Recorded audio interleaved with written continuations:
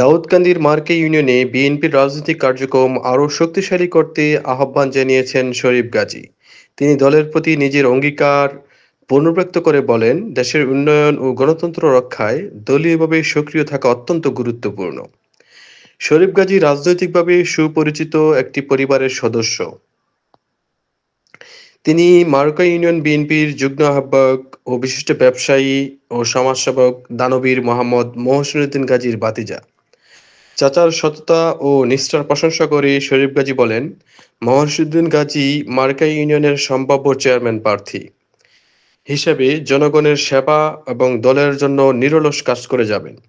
প্রবাসে থাকলেও দলীয় কাজে সবসময় সক্রিয় থাকার কথা জানিয়ে শরীফ গাজী বলেন, দেশের জন্য ও দলের জন্য কাজ করাই আমার লক্ষ্য। ভবিষ্যৎ প্রজন্মের একটি গণতান্ত্রিক বাংলাদেশ গড়ে তুলতে আমরা প্রবাসেও দলীয় কার্যক্রম চালিয়ে যাচ্ছি। তিনি দলের ঐক্যের উপর গুরুত্ব দিয়ে নেতাকর্মীদের সঙ্গে কাজ করার আহ্বান জানান এবং দলীয় ঐক্যই আমাদের প্রকৃত শক্তি। আমরা এক হয়ে কাজ করলে সব চ্যালেঞ্জ মোকাবেলা করা সম্ভব। শরীফ গাজীর এই আহ্বান দলীয় নেতাকর্মীদের মধ্যে নতুন উদ্দীপনা সৃষ্টি করেছে। তিনি জানান, দলের প্রয়োজনে যে কোনো সময় তিনি দেশে ফিরতে প্রস্তুত।